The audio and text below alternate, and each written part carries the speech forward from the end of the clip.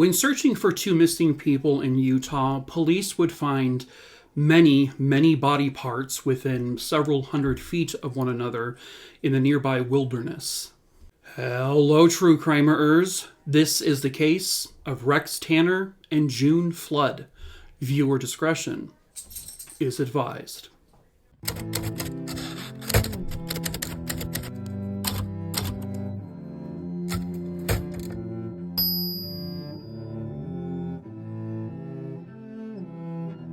Rex Kettle Tanner was born on August 26, 1960, and he lived the majority of his life in Duchesne County, Utah. I don't have a ton of information on Rex or June for that matter. I can't even find June's obituary. But in terms of Rex, in his adult years, he had been married twice, once to Linda Mitchell, and then his second marriage was to Debbie Pratt. Both marriages would unfortunately end in divorce. But Rex did also have two children, and their names were Melody and Glenn. From what I can tell, it seems like Rex lived most of his life like on farms and ranches, and working with like livestock, cattle and riding horses, farming. All of that was just something he was born to do, and he just absolutely loved doing it. He found it very peaceful, and he was good at it. One person would also say that along with farming, Rex also loved whiskey and chasing women. He had a great sense of humor with an infectious laugh. His son would say that Rex was basically like the epitome of what you think a cowboy is. He's just like dirty and dusty all the time, wearing a cowboy hat. He just sort of fit the bill. Rex wasn't a perfect man, but he was a good man, and he was a good father.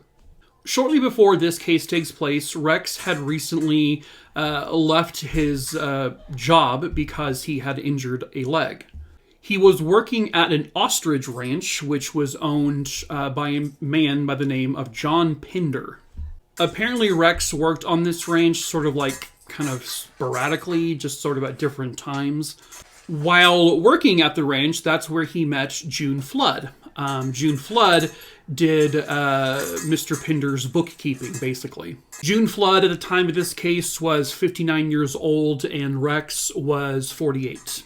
June Flood had recently been fired from the ranch because John Pinder basically accused her of stealing documents and whatnot in order to benefit his estranged wife, which he was going through a divorce with. So he felt that he was going to lose the ranch, and that June Flood giving these documents and stealing this stuff to give to his soon-to-be ex-wife, well, that was not good. So he decided to fire her, and this would lead to him, just sort of publicly calling her all sorts of names and shaming her, and he publicly hated the woman at this point. And I'm referring to June Flood as who he hated. I'm sure he hated his soon-to-be ex-wife as well. But John would report this supposed theft to police, but I don't really know if anything actually came from that. There were times where John Pinder, who I guess in this community sort of felt like he could do whatever he wanted to do. He was one of these guys who basically thought he owned this part of Duchesne County, and he can do no wrong, and he gets what he wants. But he would go around and he would threaten June, and in turn he would also end up threatening Rex, because Rex and June, they developed a really good friendship, and that's pretty much all it really was. But they had moved in together into this little house, and they basically lived together because they just didn't want to do things alone. They didn't want to go through life alone. So they got this nice cute little house. They would have breakfast and dinner together, but it wasn't like dating. But it was just a really, really good friendship. But John Pinder kind of saw that as, well, June's out to get me, so therefore Rex must be out to get me as well. So he would go on to have this, hate relationship for Rex as well. John Pinder was he was not a well-liked person in the community because of his arrogance, his ego, and the fact that he just felt like he was untouchable. This man owned a full-grown African lion, which he named Simba. And this giant lion lived in just his house, just like a pet, like it was a dog or a cat, just roaming the house. And his soon-to-be ex-wife also lived there, for a long time with the lion. And apparently it was just one big happy family, I guess. No one's head got bitten off, but beautiful animal. But no, it's not meant to be living in a person's home. In Simba, really? That's okay. He also didn't treat the lion well. He was known to keep an aluminum baseball bat, which he would hit the lion with in order to show his dominance over the lion. That's smart, yeah. Piece of shit. John Pinder would also be kind of a wild man. He would throw crazy, insane parties at his ranch, full of women and alcohol and a lot of hard drugs. He really loved drugs. He actually employed a man that he tried to pass off as just another ranch hand, but this man's name was Filomeno Ruiz. And Filomeno was this self-proclaimed member of the Mexican mafia, as he called it. Don't really know if there's a lot of truth to that or if he was just embellishing it, but what there is truth to is that Filomeno was very much involved in the drug trade, and that's the main reason why John Pinder kept him on his payroll, because he could provide all sorts of great drugs to have. He also basically just, here you go, he gave Filomeno an AK-47 to sort of just like patrol the ranch with, and he was like his hired gun, his goon, if you will. Later on down the road, when the two weren't getting along so well, John Pinder would label Filomeno as drug smuggling, gun-running, mafioso, wife-beating dog killer. God, what a great guy. Filomeno did do the occasional ranch hand work. I mean, he fed the ostriches, I guess, from time to time, but that really wasn't his actual job. It was late October 1998, and the families of both Rex and June both had not heard or seen from either one of them in several days. And then it would be one of June's friends who basically noticed, like, I can't get a hold of her, I haven't seen her, and she really felt that something was wrong and that June was missing. And then Rex's brother, he and his brother talked every, couple days or so, but he hadn't heard a thing from Rex in several days, and every time he tried to call Rex, no one would answer. No one would answer the house at all. So essentially a missing persons report is filed, and police would then go to the house that Rex and June shared together. When they arrived, they knocked on the door, no one answered. They knocked on all the windows, no one answered. They peeked in the windows, they didn't see anyone. June's vehicle was still parked out front of the house. It was eerily quiet. So with probable cause, they entered the home, which was unlocked, and the house itself appeared to have been ransacked, or just like things were just thrown around all over the place. It was just kind of a hot mess. They described it as being in complete disarray. To them, it looked possibly like a struggle had taken place. And when they looked kind of further into the house, June's purse was still there with all of her belongings. And this included her dentures. Her dentures were out kind of on the table. And that was very concerning to them because one of the officers kind of knew June a little bit. It's a small town. And so they know, most people know, that you're not going to leave your house. If you wear dentures, you're not going to leave your house without them. And her car was there, her purse was there, so something was obviously very wrong here. And that became even more so when they noticed that there was blood on the back of a chair in the living room, and then there was blood kind of on this sheet that was used for one of the pull-out sofas. But again, no actual sign of Rex and June. Police questioned some people who were kind of at a nearby trailer just to see if they had seen or heard from either one of them. They all said no. One of the men appeared to be very, nervous, I guess. And so he approached one of the detectives and asked for a card in case he does see anything, and then he would call them later.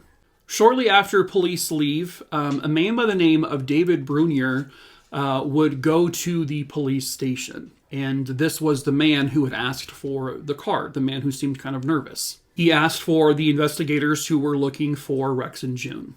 At the police station, he appeared again to be very, very nervous. He was visibly shaking, and he just seemed scared to death. He presented police with a half bottle of rubbing alcohol and also a prepared statement.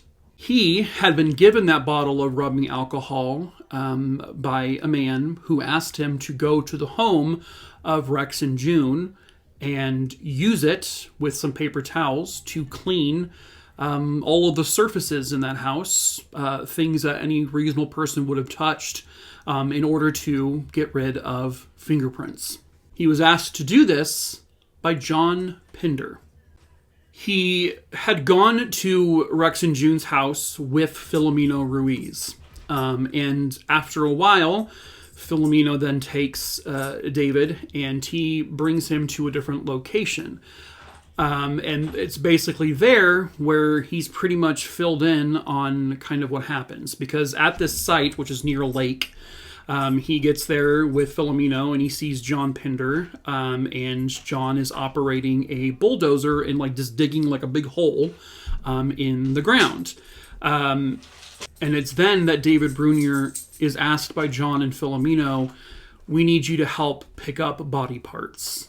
This is because John Pinder and Filomeno, they had murdered Rex and June. So David, who is just sort of suddenly thrust into this, is at this point, he's just got told that 2 people were murdered. Now he's kind of scared for his life. He kind of begrudgingly helps them because what else can he do, right? And as he is looking around, he's kind of off on his own and he notices a torso, a human torso. And attached to that torso, he sees a partial, human head, the scalp kind of hanging off, and it looked like it was Rex. But he decides to keep it quiet and not say anything about it, and not tell Filomeno and John. And he has a reason for that. So that when he gets back to the police station and now he's talking to police, he can say, I saw the torso, I was helping pick up body parts. He left the torso there so that way he could lead them back to that area. And so police go to the area where he says this all took place. When police arrive and they bring the cavalry, they find the torso, and in fact, the head is still partially attached. And they search the area, and over the course of some time, they find roughly 80 separate pieces of body parts. There is flesh hanging from bushes and rocks. There is brain matter and blood just everywhere. And it's within several hundred feet where it all appears to have been kind of just scattered. Now, the body parts did not look like they had been professionally or surgically cut and dismembered. I mean, these were clearly blown up. Just the way they looked. And just by the fact that there was tiny pieces just everywhere, they knew explosives were used. Eventually they were able to identify Rex because of his head. And they said they were never scientifically or officially able to for sure identify remains belonging to June. But the remains that they had would indicate there was 2 people, and they also found one of their feet, and on that foot was it was the same size foot that would have been June's size, and she was wearing this striped sock that apparently June was well known to have a pair of identical striped socks. So that's how they pretty much identified it as belonging to her. I mean, she's never been seen again. So I don't know if they eventually ever ran blood or DNA or anything like that. I'm assuming they had to have, but at the time they didn't. Police find and bring in Filomeno Ruiz because at this point, when trying to get a hold of John Pinder, he's nowhere to be found. He appears to have gone away. And his now girlfriend, Barbara, is also missing and is believed to be with him. Filomeno at first is denying everything, and he says he has no idea what this David person was talking about. But then after some time, Filomeno changes everything and says, "I'll tell you everything." And he does. It was October 25th, 1998, and this was the last time confirmed that Rex and June had been seen. But on that evening, John Pinder was with his girlfriend Barbara and with Filomeno, and they were also with a fourth friend. They all decided to go over to one of their ranch hands' house. That ranch hand was David Brunier. They all sat around the camp and told stories and talked and drank a few beers here and there and just sort of, just talked about stuff. And apparently at one point, Barbara mentions that she had been to some, a local curiosity shop nearby in town, and she saw, these little shrunken heads. And for some reason, that kind of turned the conversation, or it turned John Pinder's mind to something. And John, he said, he always wanted to have or see these little shrunken heads. But as the evening kind of began to wind down, John spoke to Filomeno privately, and he said to Filomeno, "Let's go get some heads." They go back to Pinder Ranch, the group of four, and then John Pinder grabs his aluminum baseball bat that he uses to beat his lion with, and then he and Filomeno get into John's truck, and they drive over to Rex and June's house. They knock on the door, say, "Hey, can we come in?" Rex is like, "Sure, go for it, that's fine." And then kind of John shows his baseball bat and says, "Why don't you say we go somewhere and chat?" And that's when Rex and June are like, "Oh, no thank you, we're going to pass." And they try to, get the two men out of their house. Basically, a altercation takes place. A struggle takes place. That's when John takes the baseball bat and he strikes June directly in her face at full force. And then within a moment, he takes that same bat and he hits Rex in his injured leg. Pinder then takes one of Rex's rifles, points it at both of them, and forces them to go to the truck they came in and get inside the truck. They then drive the two injured people to a nearby lake, where at gunpoint they force them to get out of the truck and start to walk towards the lake. That is when John Pinder takes a pistol that he already had in his car. He points it at June, at her back, and he fires 2 shots into her, and she falls to the ground dead. Rex, he's unable to run, he's too hurt, and that's when John points the gun at him and fires many shots into him until he falls to the ground dead.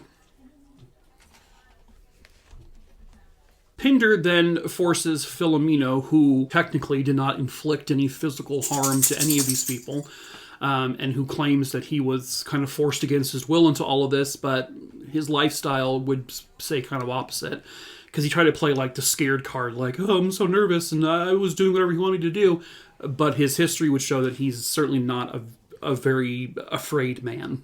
But anyway, John Pinder basically makes him help him drag the bodies to a nearby bush where they hide the bodies. They then get into the truck. They drive back to John Pinder's ranch, where John has apparently dug out his own cave nearby. And he's always been known as someone who really loves blowing things up. He is quite a fan of explosions, and he basically owned a whole bunch of explosive stuff. They collect sticks of dynamite that John Pinder had in a box that he had been storing. They also collect some detonation cord that John had a lot of. And then they take several bags of ammonium nitrate. They then load it all up into the truck, and they go back to the crime scene. John and Filomeno then take the bodies and drag them to a more open part of the field. They take the dynamite and they put it inside wherever they could, the bodies. But mainly they take the dynamite and they place it on top of their bodies. Then they take the ammonium nitrate and put it all around and on top of the bodies. Then they use the detonation cord and they light it. And they are far way back when they watch this explosion take place, and blood and everything, body parts just fly everywhere. This also creates, basically a blast site, a very obvious explosion crater type thing. So both men then go back to Pinder's ranch. They remove all the clothing they were wearing. They burn it. They also take the gun that he used to shoot both of them with, and he cleans it very thoroughly, so there's no traces of blood on it. He washes his hands, so there's no gunshot residue. The next day, Pinder takes a bulldozer and he brings it to the blast site now, and he starts digging up the earth, and he's doing so to make it look like not an explosion had taken place there, that it was just sort of being dug up for some reason, so basically trying to conceal the evidence that a explosion took place there. That's when he also enlists the help of an unknowing person, David. First makes them go to June and Rex's house and gives them paper towels and a bottle of rubbing alcohol to clean away any fingerprints. And then he makes them come back to this blast site where he basically reveals what happened and then says, all right, you're going to help us collect body parts. And so John Pinder allegedly collects a bunch of body parts, puts them in like these black tote bags. He tells Filomeno, yeah, this bag has a leg and a shoe in it, just like casually, like it's nothing. John and Filomeno then take all these bags of body parts that they've collected, and they throw them in a barrel at the same place where they blew up the bodies, and then they blow up the barrel. So they blow up the body parts, which makes a bunch of body pieces, put those pieces into a bag, put them into a barrel where they blew up the bodies, and blow that up? I don't understand the logic. David, by the way, afraid for his life, he complies with everything they're telling them to do, but he's trying to find a time and place where he can get away to go to police, which, like I said earlier, he eventually does. Which then leads to Filomeno, which then leads to them trying to find John, who at this point has fled. And it's on the news at this point that these two bodies are found, that John Pinder is basically now a wanted fugitive. And so while they're on the run, John and Barbara go on a local news station and sit down with a reporter. And basically, John's like, listen, the system is corrupt and they're out to get me and I didn't do this. And he goes on and says, I did not kill those two people. I didn't kill them. And he goes on and on about like how the police are corrupt and all of this, and none of it, he's like not taking ownership of anything of this. But it would be 12 days into him basically running away where police were told that he was finally turning himself in. So, John Pinder would go on to say, well, this was all Filomeno. This was all his plan. He was the trigger man. He's this crazy Mexican mafia guy, he says, and this is all his doing, and I was the unwitting, help. He made me do all of this stuff. He just couldn't acknowledge or take any responsibility for any of it, which is something I guess it's very normal in his life to never take responsibility for literally anything. So John Pinder said that the motive for him would have been that Rex and June stole like methamphetamines off of Filomeno, and Filomeno was taking revenge, but There was literally no proof of that. Nothing at all whatsoever. Rex and June partied. They liked to party, but they weren't like these hard partiers who did like meth and stuff like that. And no one could find any proof of this. The only person, and the problem for John, the only person who had a motive was John Pinder. He was very open about his hatred for June and her involvement in possibly getting papers to his estranged wife and with the divorce, and he might lose the ranch because of all of it. And now he hates Rex by association, and now Rex is out to get him. And he's always been very open about it. And so the motive is very, very strong for him. Police also searched his ranch. They found on John's truck, they found the fingerprints of both victims. He had stated that they were never in his truck. Well, the fingerprints were there. So they also find a 10mm shell casing, which was an exact match to the same weapons that would have been used to kill both Rex and June. And it matched the gun that was owned by John Pinder. They also found more tiny body parts at his ranch. I guess apparently ones he had not been able to destroy or blow up yet. They were on his ranch. They also found his little cave. They searched it. They found, sure enough, the dynamite. They found the ammonium nitrate. They found the detonation cords. They found all of it. All of it linked and pointed to John Pinder as being the primary person in this case. Filomeno was charged. Filomeno would plead guilty to 2 counts of murder, and then an additional, 9 additional counts were dropped because he was testifying against John Pinder. So Filomeno was sentenced to prison, and he was actually paroled in 2008, and he was deported back to Mexico, and he's no longer allowed to come back to the States.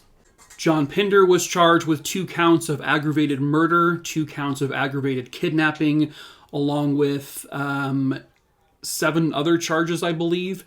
And of course, at trial, he would try to say, I didn't do it. This was Filomeno. He did it. It was all his thing. And there was, again, no proof of it. The jury didn't buy it. All the proof really pointed towards this was John Pinder's idea.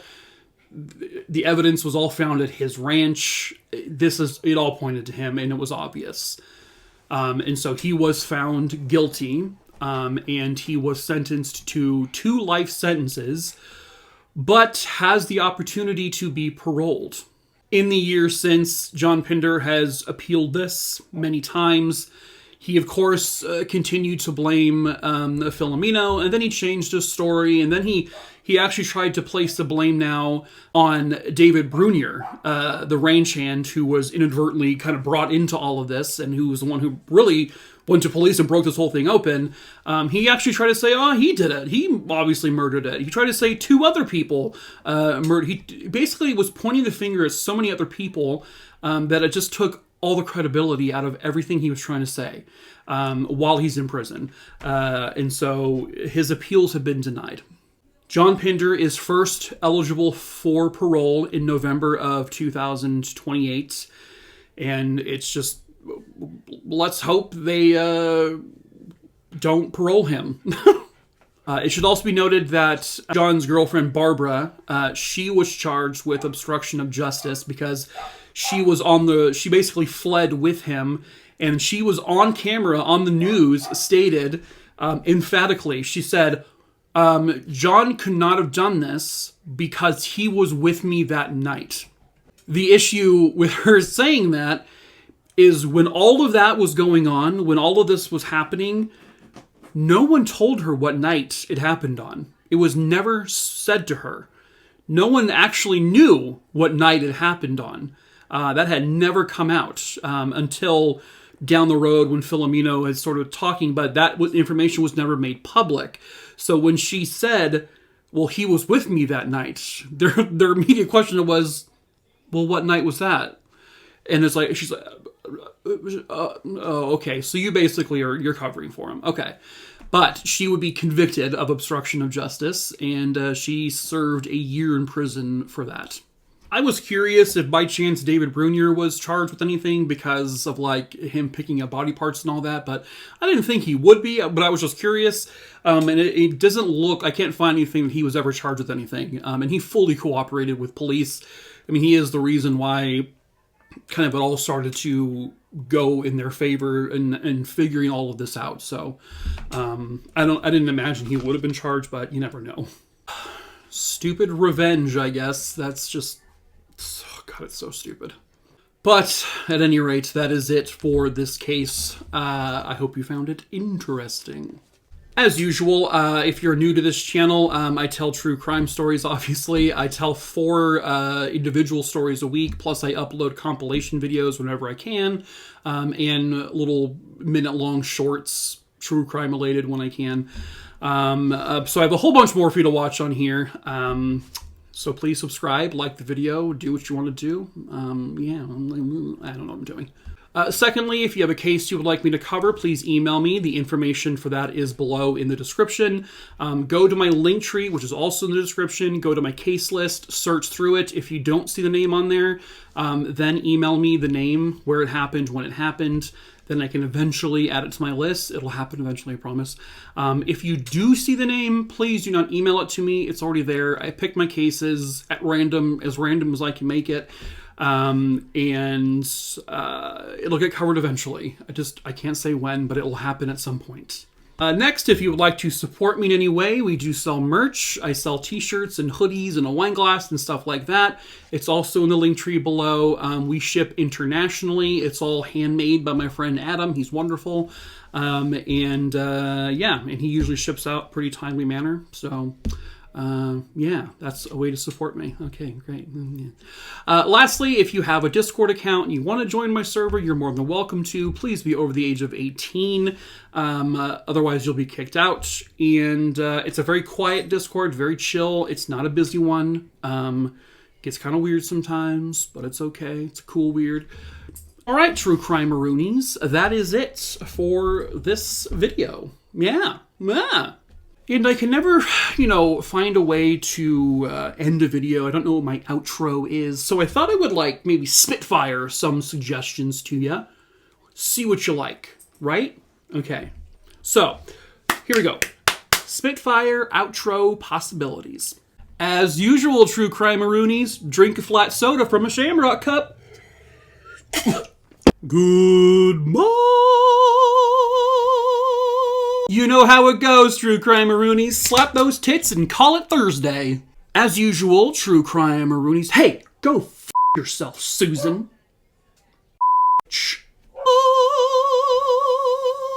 I like rhino butts. As usual, True Crime Maroonies. Eat them jelly beans.